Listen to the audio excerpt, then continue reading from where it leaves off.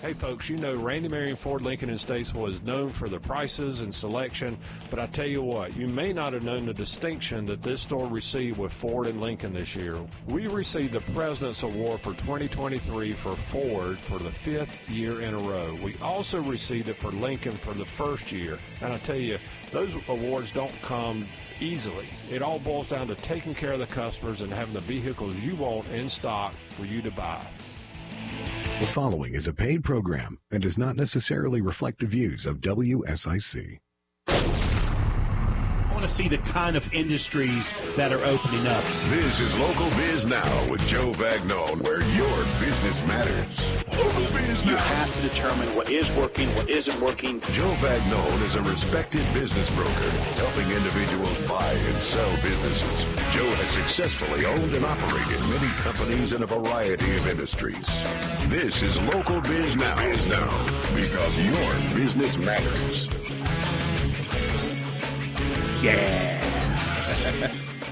All right. You are listening to Local Biz Now. I am Joe Vagnone. This is the #1 live business show in all of North Carolina. I know those of you out there thinking, no way, it's not possible.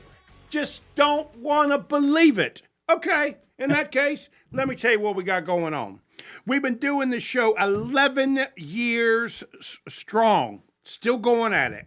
We have well over 865 small business interviews with small business owners and community leaders over the years. We have well over, I don't even know, Julie, how many we got? We got 650 videos on our YouTube channel. You can go to joevagnonebusinessbroker.com. Again, joevagnonebusinessbroker.com on the YouTube channel. I know it's well over 600 and something videos that we have. We are live on the book, live on the tubes, live on the X, live on any kind of podcast that you want to check out as well. And also we are live on the WSIC app. And so I challenge you to find somebody doing all manner of all that for small business people going on 11 years. Also, we are coming to you live from the Burners Cigar Studio.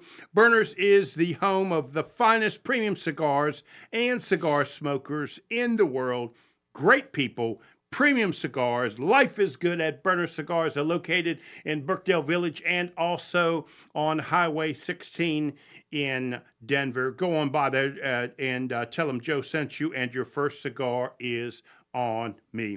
We hope to inspire, inform, and entertain you, because that's what we do here at News Talk WSIC 105.9 FM, 100.7 FM, 1400 AM. I am Joe Vagnone, and you are listening to Local Biz Now, where your business matters. And every month we have a different co-host. This month it is no exception. We have my friend, whether he will admit it or not, Chris Villani. He is the founder of Rise of the Super Athlete. Yes. And Chris has been with us all month, and he will continue to be with us. Chris, my friend, thank you so much for being here, buddy. Absolutely. Love the opportunity. I mean, it's my honor to be with somebody 11 years doing this. 11 I can't believe years. You can imagine the amount It of is hard knowledge. to believe.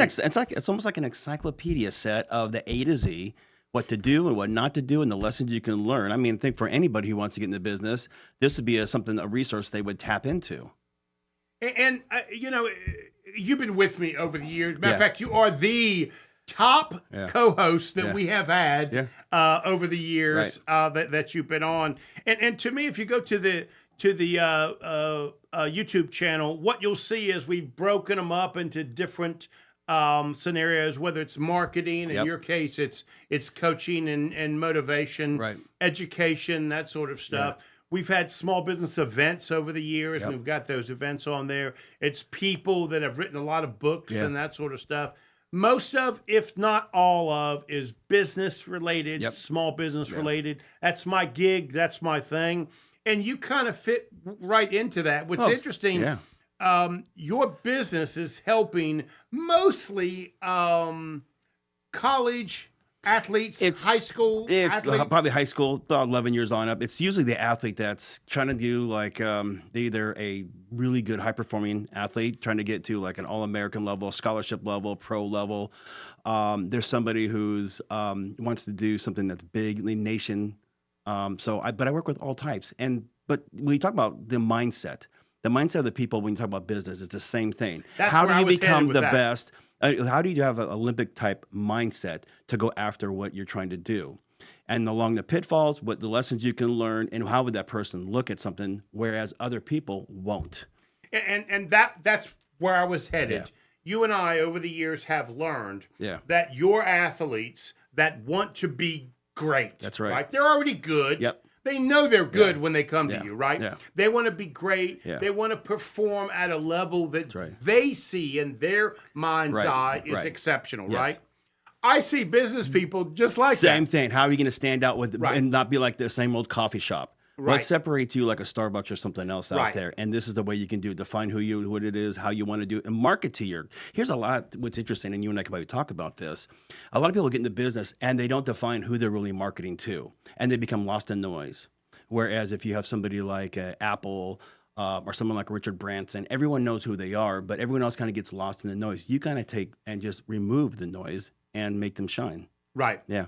So, okay. So everybody that is used to the show knows that Julie, who's been with me 9.5 years, I've been a business broker for well over 27 years or so. Wow. Julie's been with me for about 9 years, and she follows us on Facebook, and that is what I watch when I'm on the show live. So I can see people communicate with them. So if you want to communicate with us, go to Facebook and WSIC website, Facebook, and I'll be happy to sort of communicate with you. So Julie wanted to remind me today is Yes. 11-year anniversary. Wow. Today. Wow. So Wow. 11 years. yeah, today.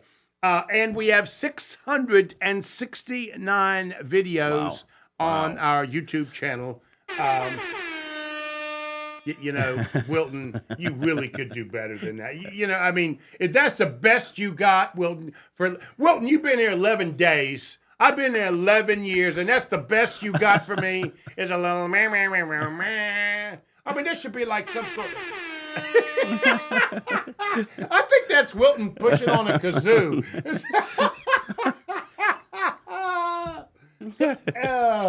You know, that's the respect I get around here. After 11 years, that's the best I get. At least you get some respect. That's right. That's right. We're Rodney Dangerfield got That's no right. respect. So it is 669 videos. Yeah. Go to Joe Vagnone, Business Broker on YouTube. Please subscribe to that. We would appreciate that. We'll be able to send you out these videos. All the videos of all the co-hosts and what they have to say is on those as well. When we come back from the break, you're going to teach us something. I am. What are you going to teach us when we come back from the break? We're going to learn something about one of the, you have to learn, if you want to be great, you've got to kind of step outside the norm and be a little Peculiar. different. And we're going to talk about that. I'm going to give an example of what that is and how to create that because you don't want to get lost in the noise. You know, it's funny because I hear people all the time say, I want to be normal. I want to be Yeah. like everybody else. Yeah. And I've never felt that way. Yeah. Like I've always known Yeah. if I'm going to surpass yesterday, Yeah. I got to be a little bit different. Yeah. Because if I'm like everybody else, then there's no passing anybody. Absolutely. Yeah. Interesting. Oh, it's going to be fun. Okay. Get ready. You are listening to Local Biz Now. I am Joe Vagnone, where we hope to inspire, inform, and entertain you, because that's what we do here at Local Biz Now. And if it is Monday afternoon, say it, Chris. Your business matters. Yeah, we'll see you in a minute.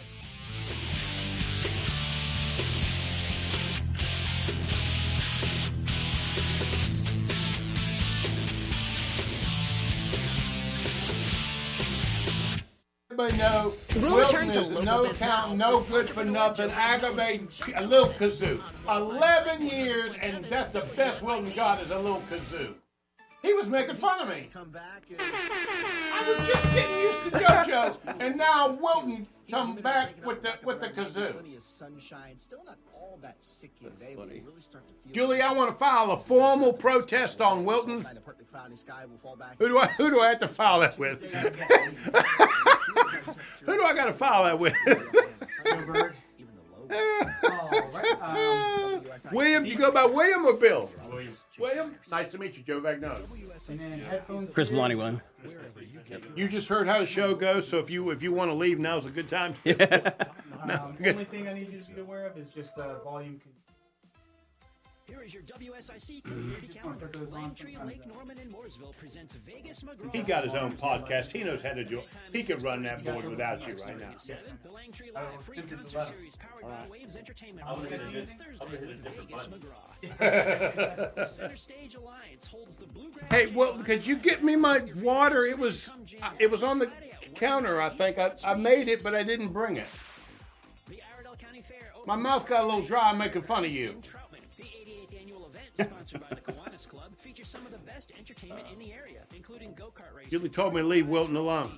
Competitive 4-H exhibits and animal shows, the magic of Lance Gifford, and much more. The fair runs through. What'd he say? Bottle or cup?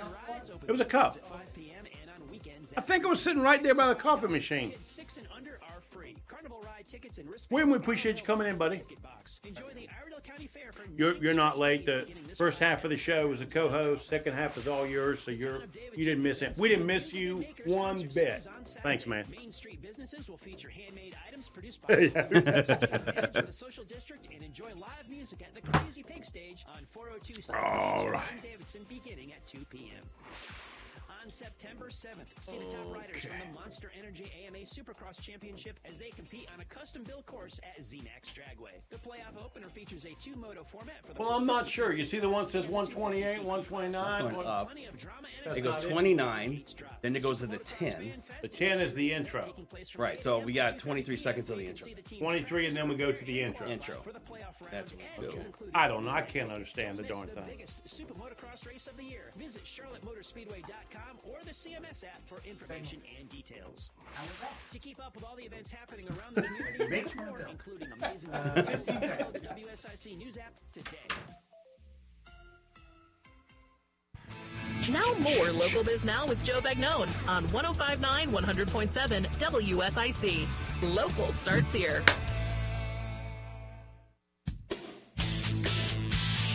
Yeah. #1 live business show in North Carolina. You are listening to Local Biz Now. I am Joe Vagnon, and this is where your business matters. We are live every Monday afternoon here in the Burner Cigar studio.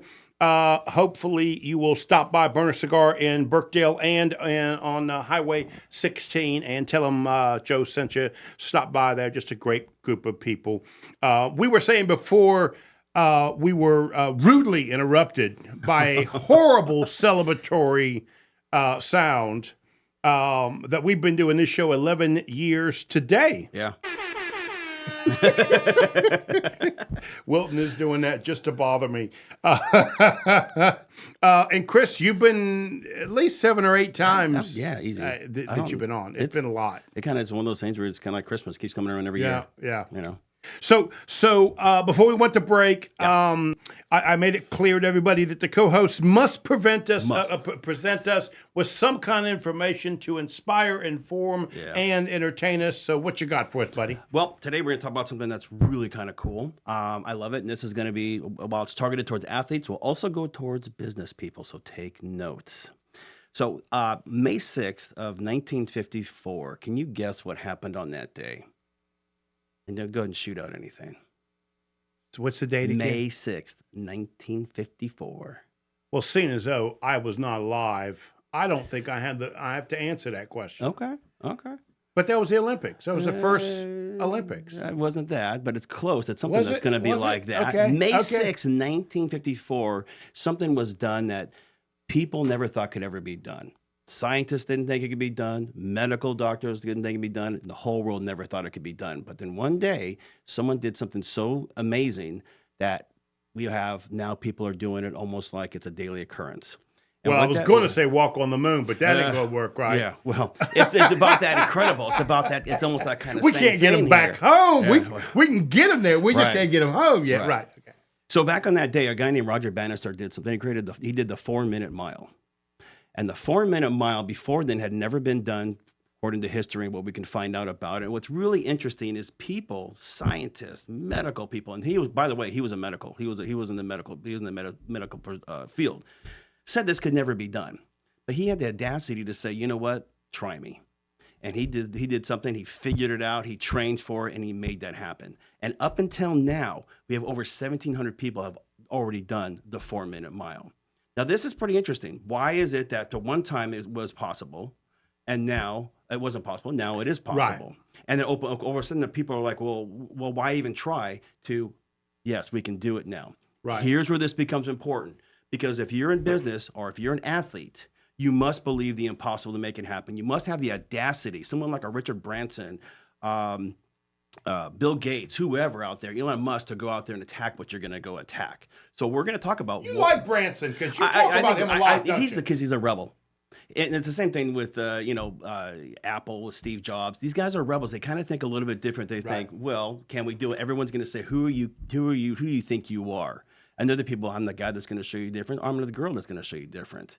We saw this thing with the Wright brothers, right? They told them, we're going to fly. If God wanted you to fly, he would have given you wings. But yet here we are. We can fly around the world and go to different places because someone believed something that was not seen, made it credible, and happen. Here's where this is really important. So what this comes down to is a level of belief. Now, belief has a couple different components. We're going to talk about what the belief is.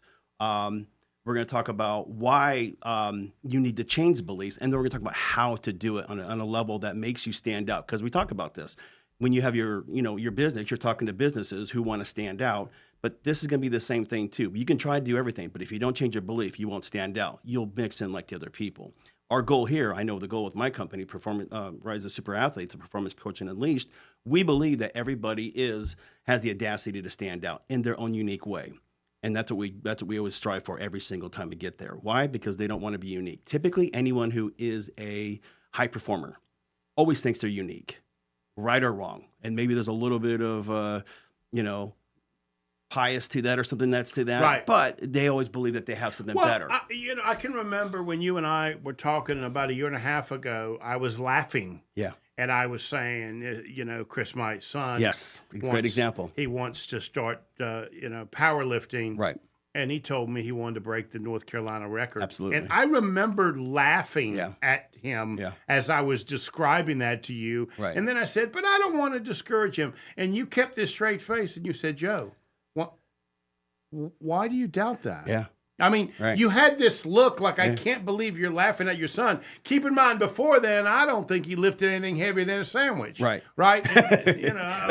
This is what happens. So people look at the past and go, had the confidence. That's right. He just started heading in that direction. Right. And now, lo and behold, he really does hold the North Carolina deadlift record, 661 pounds. You believed that when he said it. Right. Because you met him and you said, Joey has something. Yeah. I didn't see it. Right. What is it? Okay. What is that? So let's look at the Roger Bannister. It's called the Bannister effect. And the reason is no one up until that time, they just believed that, well, it hasn't been done before, so it can't be done in the future.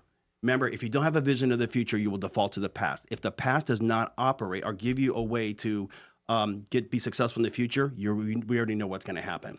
He created a new success. Now, we're going to talk about how he did that in a second here. But you must have a goal of what you want. How do you want to attack it? And, of course, the steps to make sure that you can make corrections along the way. So here's and you said that you could kind of tell that there's some kids that say it but don't mean it. 100%. And there's some kids that you could just tell. Yes. Like you said, you could see it in my son. He absolutely believed it. Right. What is that? Because I sure couldn't see it. Right. If you ever watch I love doing this. I love watching video of Michael Jordan talk about how he does it, or Tom Brady or Kobe Bryant. They always, when they're doing it, it's like, no, I'm here. I do this. This is who I am. It's very much we talked about arrogant. It is, and it's Michael. People, you love or hate Michael Jordan, but you knew you can be successful with him. Tom Brady, same thing. Bill Gates, Elon Musk, you know when you're in the room with them that no matter what, these guys are going to figure a way. There's no, well, they're going to talk about this now, but give them 10 minutes and they'll be, doing something different. You know that they're very much that person. And we're not, me, we're not going to get into politics, but that same arrogance comes out in a Trump or Michael Bloomberg, and so if they choose to focus it in any part of their life, you can see the arrogance when it's arrogance for us, but to them, it's absolute, right? Yes. I mean, they believe it. Yeah, and there's also intelligence with it. That's the other part. You can't just I can have the arrogance that I can go jump off a building and fly. It's not going to happen. So there has to be intelligence involved here. So you're mixing somebody who has a goal. They're intelligent about the ways that they're going to attack it, and they do it 1,000 times so they figure it out. What was it that, when they did the light bulb, he's like, look, I only found 9,990 ways of not doing the light bulb. Right. It's the same thing here. These people have such a vision. They're like, okay, this is where I've got to go. I'm committed. Here's what I'm going to do. There's a discipline I'm and a make systematic approach to how I want to get there. If I can't figure it out, I'm going to figure out the right coaches, the right people, the right trainers. I mean, Tom Brady did this later in his career when he found a different throwing coach. Why? You already do great. He's like, I know I needed to adjust to make sure that I'm winning the Super Bowls. That's who I am. That's what I do. So here's what we do. The very first part of this is I want everybody, if you're looking to be that person, to be that brand, to be that amazing person that breaks that 4-minute mile barrier. And this is what we're trying to do. You have to rewrite the future. So here's what you're going to do. I want you to, what I call auditing your beliefs. Very first step is I want you to identify your current beliefs that you have as yourself, and this is an athlete, but you can take this as a business person. Right. What that looks like is this. I want you to write down what are your current beliefs, ideas, and thoughts that you have as an athlete. You need you to write those down, okay? I want you to write down both the good and I want you to write down the bad because you have to be honest with yourself. And here's the reason why. People, well, here's all the good reasons. Bad meaning sacrifices. Because some people say, well, I don't want to think of myself as a failure. Right. I mean, we don't want it, but we know it's there. My son's in the gym, 3 to 4 hours a day, 5 days a week. That's a negative. And they will have it because a lot of athletes never think they're good enough. In fact, everyone I've worked with who's always high performing always believe that there's something behind there that maybe I'm not as good as I think I am. That's the scary part. And some people try to run away from that. Don't. What is it trying to tell you? It can actually serve you. So figure out what it is. Okay, now I identified it. Now I can see what's going on. Here's the second part of this. Now you're going to evaluate what those current beliefs are. So what are the current beliefs and of those beliefs that are good and bad? Once you've done that, how are they helping you grow as an athlete or not? Even bad beliefs have benefits. And what I mean by this is some people say, well, I have a belief that, well, maybe, it's okay to rest or it's okay to do certain things and maybe I'll wait or whatever else. That's serving you because it's solving an emotional need that says, you know what, I'm not sure what to do. It has an anxiety attached, whatever. So you want you to evaluate that. But here's what I want you to do. When you see your beliefs and you're really looking at them, are they helping you find opportunities? Because your beliefs must be a way that can help you find opportunities around you. And I want you to be able to go, if I'm working out, if I'm meeting people, if I'm training, if I'm talking to coaches, and if it's in business, if I'm out meeting people, how am I finding opportunities? The bigger the belief, the more clear it is, the better you'll be finding opportunities. And if you're not, how to make corrections. Number 3, become unstoppable. This is where you're going to design new beliefs that take you to the next level. Here's what I mean. I want you to define what your goal is at the next level. I want you to go, if I'm at this next level, what beliefs do I have to grow as an athlete? That's important. What do I have to have as an athlete to have this? What beliefs do I need to replace? And then, of course, the last part of it is, this is the great part, who do I have to become to make this possible?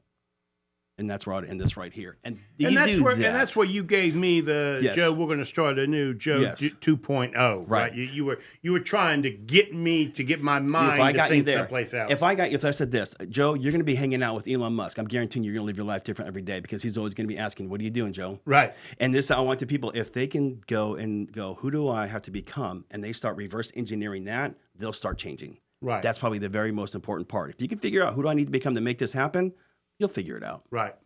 Yeah. Speaking of that, I listen a lot to the whole NASA thing and trying to bring the astronauts home. And they are, Boeing is very embarrassed. Yep. SpaceX is the one going to be going. You are listening to Local Biz Now. We'll be right back.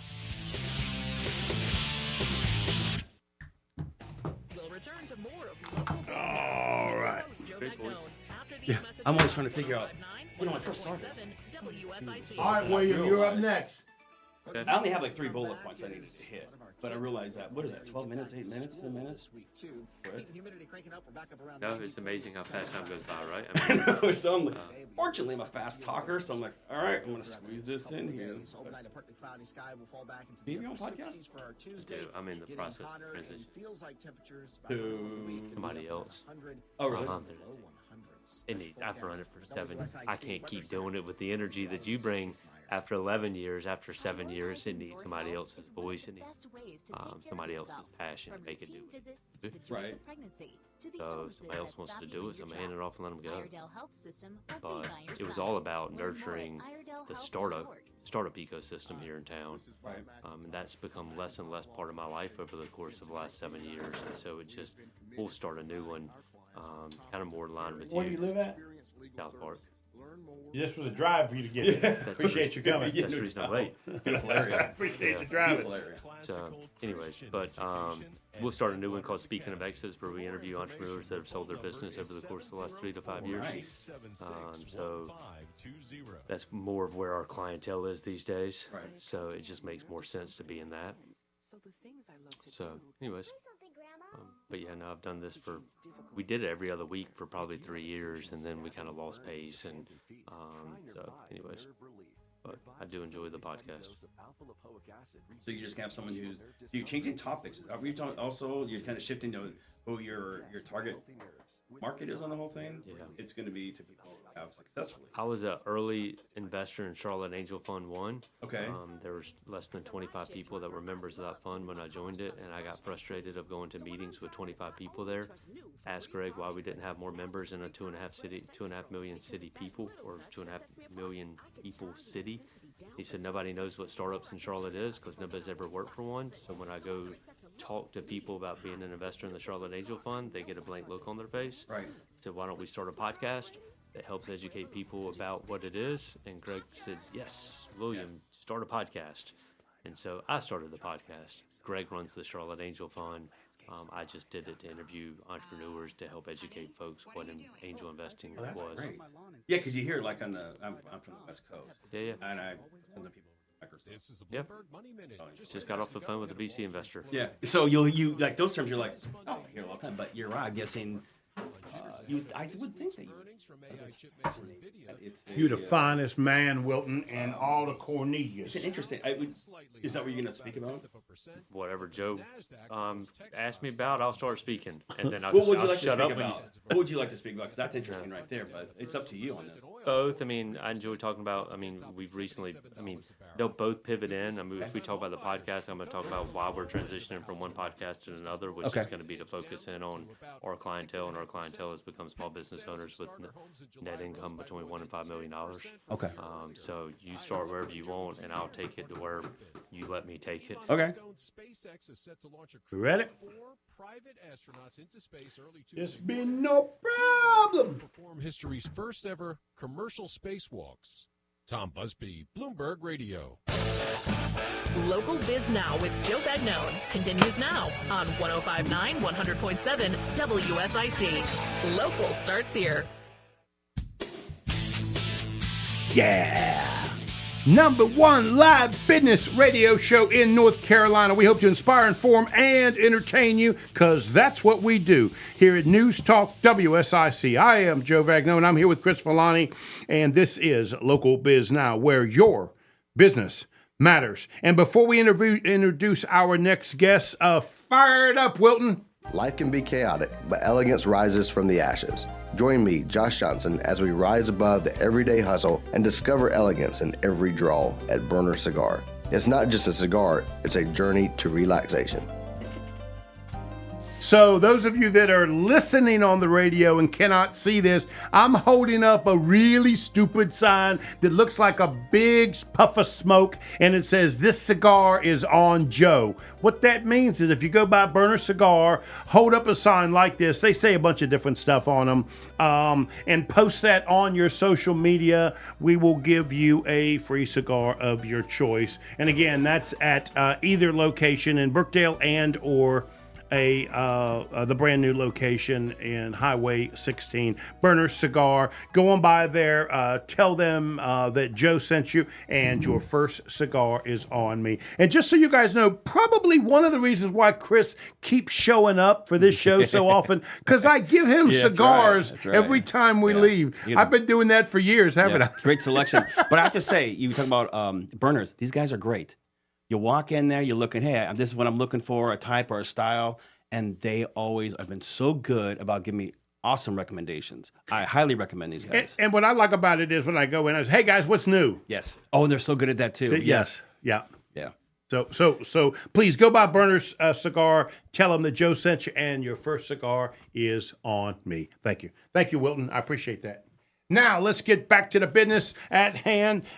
We have a guest. His name is William Bissett. William is a financial advisor, but he's a little bit more than that. I did a little poking around on the internet, and he's got a podcast that is really cool. He's interviewed well over 160-something small business people, so he gets it. Yeah. He gets what it's all about. Yeah. William, thank you, my friend, for being here. We appreciate it. Yeah, no, absolutely. Wait, you see how William gets this grand clapping after 11 years. All I got is a whistle. I never got anything. Hold on here. Enjoy that, William. Most people don't get that applause. I gave him something as I walked in. I thought I saw him slipping a 20. I wasn't sure. So William, you are the founder and or operator of Portus. Am I saying that correctly? Yeah, Portus Wealth Advisors. Portus Wealth Advisors. And William, how did we meet? Because this is the first time we've met. So how did you get, luckily, to be on the show and get that applause from Wilton? How'd that happen? Julie, who you were wonderfully singing praises of earlier, reached out. Well, you understand, Julie's been with me over 9.5 years, and everybody needs a Julie. Julie's amazing. And so somehow you and Julie caught up with each other. Absolutely, yeah. Great. Well, we appreciate you being here. Yeah, no, absolutely. It's fun to be here. Your office is at South Park. Yeah, we're in South Park. So this was a hefty little drive for you. Charlotte's growing as a city, which means traffic grows too, right? Yeah. So we appreciate you driving. So where do we start? Now, you don't got to go back to 1962, you understand. But kind of give me a background, because you didn't wake up on a Tuesday and decide, hey, I think I want to be a financial planner. Or did you? So I'm going to go back to 1956 real quick. I was going to say, do it. When he ran the 400 miles. The 4-minute mile, that's right. I have a guy in my neighborhood who's got a license plate on the back of his car that says 4-minute mile. Nice. Yeah. He's one of the 1,700 in the world. Yeah. Well, he has to see some mindset. I'd love to talk to him. So there we go. He's an awesome dude. Very good guy. And that's the ultimate mic drop, right? Yeah. You just put that on your license plate. Yeah. People know what it is. I love it. So graduated from NC State, went and sold life insurance for a couple years. Quickly learned I hated selling life insurance. Everybody needs it, right? Just wasn't for me. Jumped ship, ended up with a financial planning firm in Columbia, Maryland from 2005 to 2015. Had a kid. In 2011, my wife and I decided we did not want to be in downtown Baltimore anymore. It turns out that the helicopters that fly overhead at 10:30 at night in downtown Baltimore are not tourist helicopters. They are police helicopters. So we wanted out of the city. We moved down here where my wife's family lives. We've been down here since 2011. I started my own wealth management firm in 2019 as we really kind of found out that small business owners were more and more our subset of folks that we were working with, and the firm that I was with before, it just wasn't the right alignment anymore. So long winding road from 2005 to 2019 of starting the own firm. So walk me through how you start a financial firm from scratch, because that's got to be like scary. That's a heavy load, right? You start with zero, right? And you go out and look for clients. So walk me through the startup in your mindset at that point. Yeah, so fortunate. So when I left the firm that I was with from 2005 to 2015, I had a 2-year non-compete agreement. So to your point, we go from 104 clients that I was working with back down to zero. Right. And I was fortunate. So I had a software as a service company that I tried to get off the ground in 2012. And as I was going through that process, I actually joined a Vistage group here in town. And the firm that I was with previously had $1 million minimum. You had to have $1 million in assets for us to become a client. Most business owners don't have $1 million because they are constantly reinvesting. That's into right. their That's business, right. That's right. If we get 150 grand or so, it goes back into another unit, another operation, another staff. Yeah, exactly. So when I left that firm I was with in 2015, I had a natural kind of network of folks that wanted to become clients but couldn't become clients from where I was in the beginning. So we just started building up from there. Fortunately, one by one, I had a very supportive wife. Not we all need to mention those that are behind us, right? Amen, so, buddy. Amen. Anyways, so she was very supportive. Everybody needs a Julie. Yeah, everybody needs a Julie. Sometimes we all need multiple Julies. Right. That's right. Yeah. That's exactly right. So built her up one by one. She was still working, and got to the point where it was easy to to make that jump in 2019 and say, look, if it's not going to work here, then you need something to work for you and I need something to work for me. We split on happy terms. We still talk from time to time. And, I'm off running my own business and we've grown it to 5 employees and continue to go forward from there.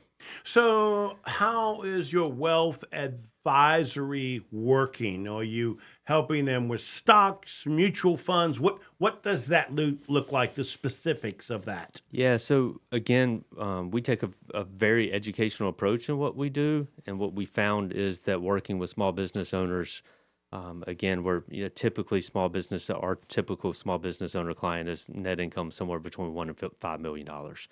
As we just talked about, every time they get $150,000 or $5, it's almost always reinvested back into the business. Right. And so they don't understand, they do that. And then the other thing is they're constantly in their business, right? It's business, business, business. So they're excellent craftsmen at what they do. But as a result of that, they've ignored everything else for the last 10, 15, 30 years, whatever it ends up being. So the financial life is kind of a mess. So we walk in the door and we start on the very basic level of educating them about what personal finance is, why their 25-year-old estate documents should probably be updated, what they're missing in their communication with their CPA, what the different types of life insurance policies they have, why they work, why they don't work. We get into the business aspect of it as well. We do some lightweight business coaching, helping them understand how the business is structured. Are they doing things the right way? Sometimes they have outdated service folks that they're using, so we try to help them bring that. So we really try to help them open up their eyes and see you've got to look more outside of your business than you're looking right now. It's been great that you've gotten it to wherever it is today, right, but it's not serving you personally. You have to figure out a way to make that happen. It might be a sale. It might just be that you have to start saving. Whatever that is, it has to work for you. And so we educate them along those lines. Is it typically hard? Because I think when you have small business owners, they want it to be everything. Yeah. They want to control really every part of it. So how is it, is part of the education going, okay, yes, you keep focusing on here, but allow us and other people to help out in these additional areas? Because you said you do some business coaching as well. Yeah. Is that kind of the conversation you have, or how does that work? Yeah, no, so typically our clients come to us and we always say they have something on fire, right? Yeah. So something's broken and somebody said, go talk to William, go talk to Portus, they'll help you out. Yeah. And so once that's happened and we help them unlock what's broken, we now all of a sudden have gained trust. Yeah. Right. And so then it's easier to say, look, this is what you're trying to do. Right. This is the best way for you to do it. Let's start putting these things in place. And we have a process that we go through. It's called charting opportunities. Right. We're big on opportunities, as you saw on the website, right? So Portus is a subset of the word, the old Latin word opportunity. So I believe there's opportunity everywhere you turn. Yeah. So our process is called charting opportunities because we want to chart opportunities for our business owner clients, right? That business should serve as a propellant for them going forward. You know what's interesting is, and the reason I'm going to come back to this, is the athletes that come to me are the ones when I know they come to me, something's on fire. Yeah. It's never when it's going, or they think that's going good. It's when something comes up or they have a big game or whatever else. All of a sudden, like, I think I need to take care of this because I'm in trouble. And it's like, we should have probably talked 6 months or a year ago. Yeah. And I guess you're finding the same thing here where you probably talk to clients. They're like, nah, I don't really need you. But then all of a sudden something happens. You're like, well, maybe I do. How do you bridge that gap? The the difficult thing is you can't push them into the trap, right? Right. So you've got to realize that. You see that smile? What that means is us small business people, we stubborn. Yeah. We got to stumble, Right. get bumped a little bit, and then we're willing to listen to you. Let's take a break, and we'll come back. We'll talk more about that. Julie's got that on your website on Facebook as well.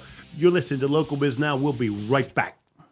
We'll return to more. I want to come back to that when we get back on. Yeah, the fire piece. Yeah, because I think it's always fascinating. It's like, no, everything seems fine, but until something comes up, oh wait, now I know I need this, or it's fascinating. It is. You have to give them their independence. Yeah. At the same time, and allow them to grow. And there's a delicate balance. I think that's. Yeah, no, absolutely right. So, and I mean, shoot, you know this with your athletes, right? And you know it from business owners trying to sell business. Everybody's pace is different, right? Like you can't dictate. I mean, God knows we have our charting opportunities process, but we can't dictate that process on you. We have to be willing to make it interchangeable. Right. This part for this part, because they're going to see and they're going to want to do this. And if you say you've a business owner that's controlled their own fate for the last 20 years, you say you do it. That doesn't always work very well. Well, most small business people have succeeded as this contrarian, right? They've been doing something somebody else said you couldn't or shouldn't do, and they've succeeded, right? Yeah. And most of the time they've carried the water themselves, right? Yeah. And so when they get to a certain point, they think they know enough, right, that they don't need you. And so it's only when they finally realize they absolutely need you, right, that then you get that phone call. Yeah. Until then, I don't think you can convince a small business person because it's sort of this double-edged sword, right? You know, and you're trying to say, hey, listen, I get that you're a genius at this, but let me be honest with you. There's some things I can help you with, you know, and they think they know everything. You know, it's funny. Me and small business people, we laugh about it all the time, you know. Small business people, we know everything. You know, we a master of 5,000 different things. You know, we probably really good at 2. Yeah. You know? Right. What do they call that? You're a jack of all trades of everything, but a master of none. Yeah. Type of thing. It's unless you know who you are and what you can do. This is where it comes down to like a little self-evaluation of. I can only handle this. I can't. I have to have a team. If you look at anyone, like any great athlete or business person, they do have a team of people who say, this is what I know I can do this. I'm going to allow everyone else to do it. In fact, the best ones, Tom Brady talks about this. He goes, I just learned the players so well that I knew my job and they all knew their job. And we just got good at knowing those jobs and how to work it. So, about 15 seconds. Last segment. Flying by. It is flying by. It's Local Biz Now with Joe Bagnone on 105.9 100.7 WSIC. Local starts here. Yeah, this is Local Biz Now. We're here with William Bissett. He is the founder of Portus Wealth Advisor. William, thank you, my friend, so much. I really do appreciate you being here. Yeah, no, thanks for having me. So, as I was doing my investigatory work on you, you understand, I went to the Google. Yes, of course. I noticed you had a podcast of, I think it was about 165 small business people that you had interviewed. That's correct. Talk about how that got started, because it sounded like something you really enjoy doing. It is. It's a lot of fun. So joined the Charlotte Angel Fund in 2015, which is a small group of investors that sounds like it's super rich. Commitment to join the Charlotte Angel Fund is a $25,000 or $30,000 commitment to join the fund. You go to meetings once a month. You go to those meetings, 3 companies pitch, and they go through a pitch process. The members then vote which company they want to see to go through due diligence. And if they make it through due diligence, then the fund ends up investing in them, right? So it's a very neat process. It's open. Greg Brown. What are the size of the funds? Charlotte Angel Fund 1, they're all somewhere between $1.5 and $3 million total in fund size. What are the size of businesses they invest in? So they're looking for startup style businesses, right? So they usually make up somewhere between $100,000 and $200,000 investment. Members can make an add-on investment to it, so the total investment from the fund might be $300,000 or $400,000. They're looking at companies that are raising money at a kind of sort of a $5 to $10 million pre-money valuation, and then just like anything else, some of them make it and some of them don't. So I was going to those meetings. And at that point in time, there were about 25 or 30 people in those meetings, and it was great for a little while until I realized that's all there was. And then with a city of 2.5 million people, I thought there should be more. Right.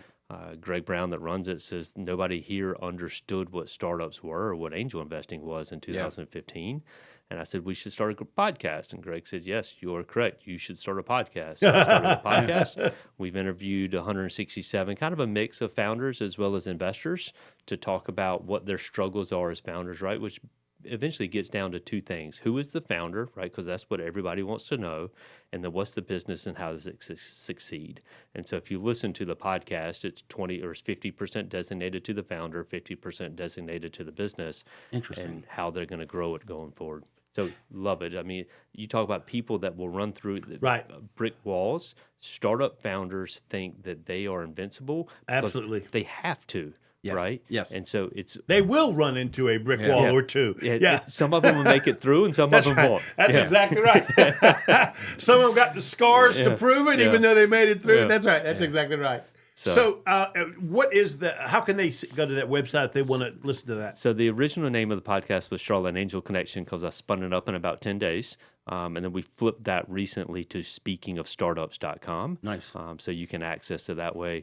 We're about to turn that over to a gentleman here in town, actually up here in this area, named Matt Butler. Matt will take over episode 168 and take it from there, breathe new life into the ecosystem, and do a great job with it. So, Julie, if you're listening, I know she is listening. Yeah. Let's go ahead and get Matt on the air. Let's absolutely. I always say that we're going to a video-based podcast, and Matt's much better looking than I am, and he's also funnier. So you'll enjoy having him on the show as well.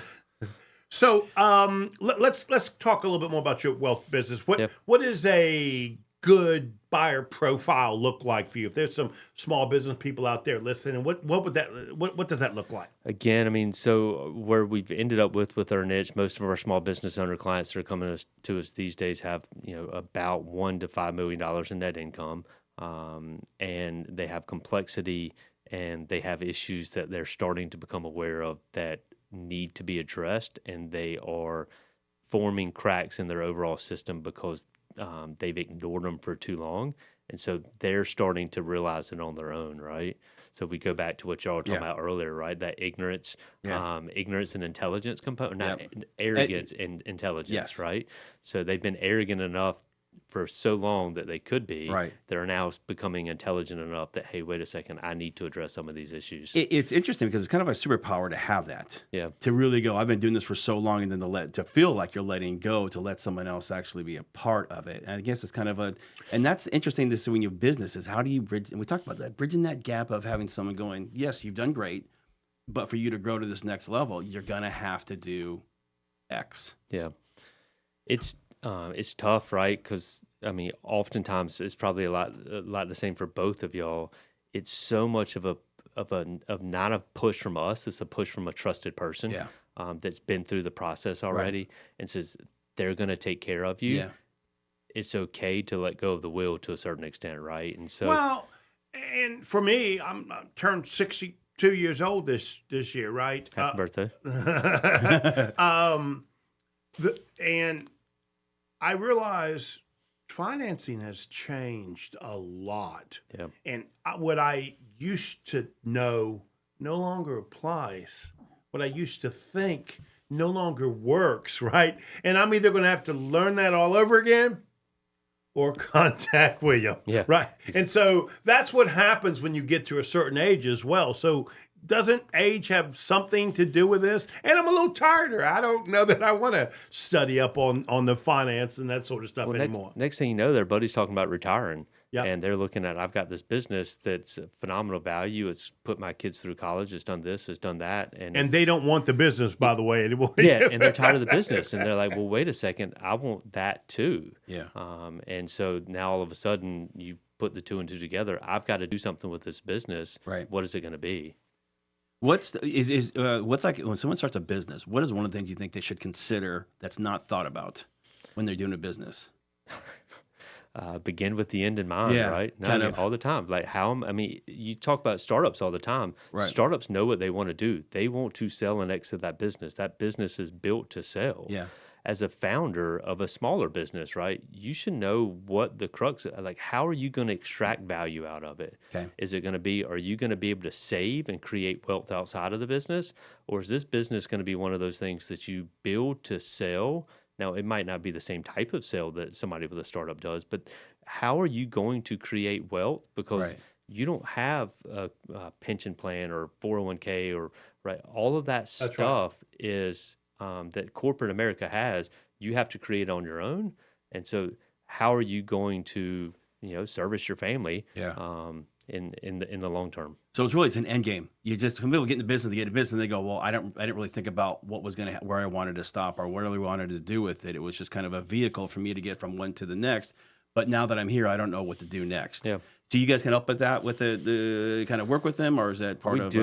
We do financial independence modeling, which is essentially how much money do you need outside of the business in order to not have the business anymore, right? Gotcha. And then how much do you currently have, right? And if what you currently have doesn't satisfy, you have a wealth gap, right? Yep. Now the business and needs I to send fill my that. clients to a guy like you all the time, right? And they'll come back to me and say, I need another year and a half. Yeah. Because you'll say, hey, dude, you need to increase your sales by about $500,000. Yeah. This way the revenue will be up, plus you're going to save more. So it is this timing thing sometimes at work. And it's interesting because years ago when I started, and most of my friends that started a business, it was not about building wealth. It was not about growing something for retirement, and it certainly wasn't about creating something that somebody could buy. It was about a lifestyle I wanted, right? Yeah, absolutely.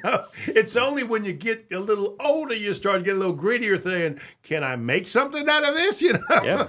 And the answer is, it takes evaluation from a guy like me, and it takes some real modeling of the numbers for a guy like you, and then together we say, here's what we're looking for. And then I'll say, I don't think the business doesn't get to that valuation. Yeah. There's 3 things we need to do, so it might take 2 years to get there. Absolutely. Well, yeah, we're in great shape, and once William gets the money, he'll put it in ABC, and that's going to give you a return that's going to work for you for the rest of your life, so you don't have to work anymore. That's right.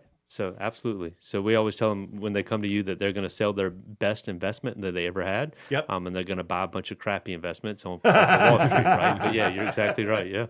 Well, and they're really looking for this comfort and a return so they don't have to think and work, because what they have now requires them to get up in the morning, right? And actually do something. And creates a little bit of stress along the way, right? Yeah, right. Yeah. So if somebody wanted to reach you, my friend, how could they do that? We've got contact form on the website, which is portusadvisors.com. Obviously I'm out there on LinkedIn as well. So either one of those options certainly work. My email address, most people can see it. I even think is on the website as william@portusadvisors.com. So all of those are options. I noticed on your website, which is a great website. I really encourage people to go to it. And Julie's got that on Facebook, by the way, if you want to check that out. You define business owners and entrepreneurs separately. Explain that to me. Yeah, it gets into the crux of kind of my background in the startup space, right? So the world has come to define startup founders as entrepreneurs and business owners as business owners. And I think there's some validity to it, right? So I do think that there are 2 different business models. They're at the end of it's actually 2 different business people. Two different business people. They're both entrepreneurs, right? They both took a leap to create something, but the startup founder and the business owner, they're going to go about building their business in completely separate ways. And so we've just tried to differentiate that off the website. And just so you know, this is when I got a little warm spot in my heart for you. Yeah. Because I absolutely believe that, right? Yeah. I even wrote a book on how to buy a small business, and I talk about the entrepreneur and the small business owner, right? They're both on their own, but they're 2 completely different people. Yeah. And you're one of the very few that actually separated that. So bravo to you, because you're right about that. They're both crazy. They just have That's different right. flavors of crazy, right? That's true. One has more discipline, gets up in the morning, does the same thing. The other one can't stay on track, wants to operate 3 or 4 things at the same time. So you're absolutely on to that. William, thank you so much, my friend. We really do appreciate you being here. We'll have to get you back on and dig in some more. So Joe, next time you have me back on, lower that camera a little bit so you're not seeing so much of the baldness. and we'll be in good shape, all right? I'll have to talk to Wilton about that. Wilton, we need a camera adjustment automation system. So thanks a lot, guys. I appreciate it. Of course. Thank you, Wim. We really appreciate it. Yep. You are listening to Local Biz Now. I am Joe Vagnone, and if it's Monday afternoon, say it, Chris. Your business matters. Yeah, we'll see you next week. Serving you better than ever before. WSIC, Statesville, W290.